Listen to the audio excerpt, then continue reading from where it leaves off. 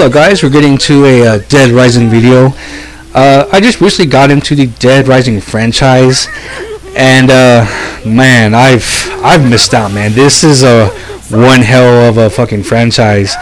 I first came up on a Dead Rising 3 video online, and I was like, dude, what is this game? There's like a bunch of zombies. You're walking around, and it looked like a really good ass game. I told my girlfriend about it. I'm like, dude, this game looks fucking awesome. And she said, yeah, like I've always wanted to try this game out. It looks really good.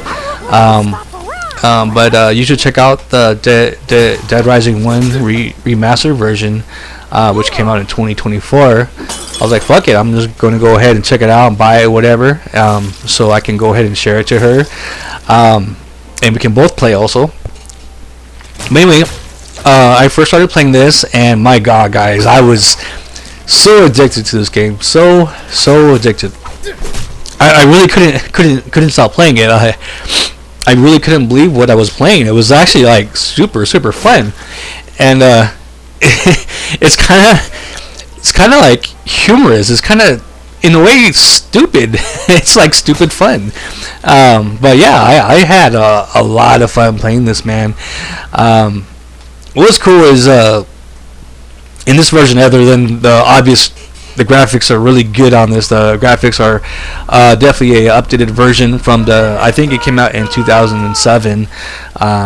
So this is an updated version where the graphics are definitely updated, and this is actually a PS5. It's not even PC, so it still looks really good on PS5.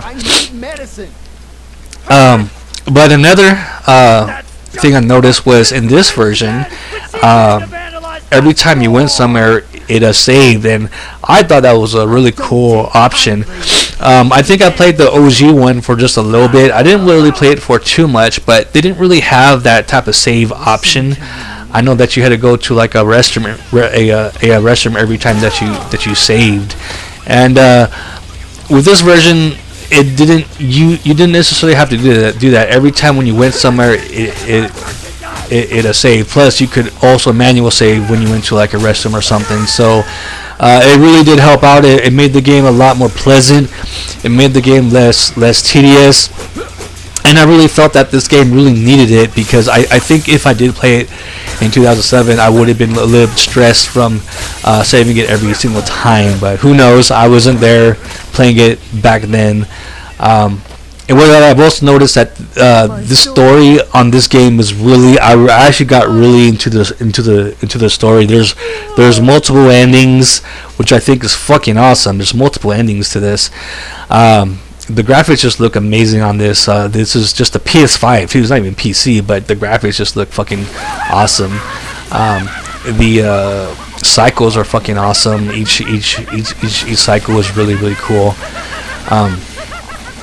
And another option that I liked on this rather than the OG, because I think in part 2, because that's what I played the most, is every time when you got the clothes, you would have to go to each store to change your clothes. But in this version, in the remastered deluxe version, anytime when you got a piece of clothing, it stayed in your locker. And you were able to change the clothes in that. You could change your hair. It was just really fucking fun game, man. And here I just walk around with the fucking baseball bat, fucking tearing shit up. But yeah, I had lots of fun playing this. A lot of this game. I also really dug the main character, Frank West. I've actually heard a lot about him from like mods and so forth. I just didn't know who Frank West was. I even saw him in like Ultimate Marvel vs. Capcom or something. And I'm like, who the fuck is this guy? But yeah, Frank West is a really cool ass character. You also have what's cool about it is there's lots of Easter eggs. There's like Mega Man outfits. So I think that's really cool. I just was not able to find the armor. I'm pretty sure I'm going to have to go through like a walkthrough to find the armor, because it's actually pretty tough on how to get the armor. So that was my only complaint was you would have to go through like a walkthrough to find some stuff. And plus, Isabella looks really fucking hot in this, man. She looks really good in this. They did a really good job on her. I also played the OG version just for a little bit, and she's nowhere as hot as in this one. But yeah, I really dug the story on this. I just really fell in love with this game. I love the part where you get to kill each cycle. Each has their own weaknesses. And now we have Dead Rising 2, which is one of my out of all the OGs that I've played, this is by far my favorite one. This is pretty cool. This is my favorite lineup right here. Each lineup is really built to destroy zombies, and these guys were able to wreck shop. They were really fun to have. Everybody has a first time. What I liked about Dead Rising 2 was actually the music. The music was actually really good in this game. It was really fucking awesome. It made the game really fun. What also made this game good was the cycles got better. The cycles were more interesting. They were a little bit more crazier. In Dead Rising 2, there was actually a lot more stuff to do in this game. So that's why I love Dead Rising 2 better than part 1. Even though I did enjoy the part 1 mainline story a little bit better. Part 2 story is still really good, and their protagonist Chuck, I forget his name, Chuck Green or Chuck Billy or something like that. I forget his name. Chuck. I know his first name's Chuck, but he's a really cool protagonist as well. What's really cool about part 2 is you get into casinos, which is really cool. Each casino has their little different fucking music. You get to craft weapons, and it's so fun, man. They even have a lightsaber in part 2, which is really cool.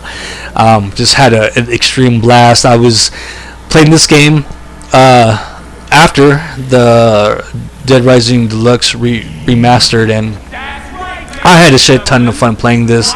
It was extremely addicting. The one thing I didn't not like about the OGs, or whatever, I was you couldn't really roll and stuff at first, and I was kind of upset about that. But once you were able to level up, you were able to roll and do all this other stuff. So and plus you're able to go faster. And with the DLCs, you're able to have like the ninja mask, and that's a fucking funny outfit. You get all these funny little outfits. With the ninja mask, you could have more stealth. With the cleats, you could you could run faster, and it actually was free on the PS5 edition. It was not free on the PC edition, but you do have mods, so it doesn't really matter because you could just mod it and have the same effect. But again, yeah, just the music is just fucking jamming on this. This is why Dead Rising 2 was my favorite out of the OGs. Both are great. I love them both pretty much equally. I love the main story for part 1. I love the fucking openness road to part 2. There was just so much stuff to do. It just felt more real in part 2. There were just lots of things you could do. Lots of part 2 I felt was, well, I guess both were pretty hard. I need to go back and play the OG one again. Dead Rising 3 I loved a lot too, so I'm glad I really did try this franchise out. I am a new Dead Like Rising fan, so yeah, I am really glad that I found out this gem, because this is going to be one of my most favorite fun games, zombie games at least. See y'all later.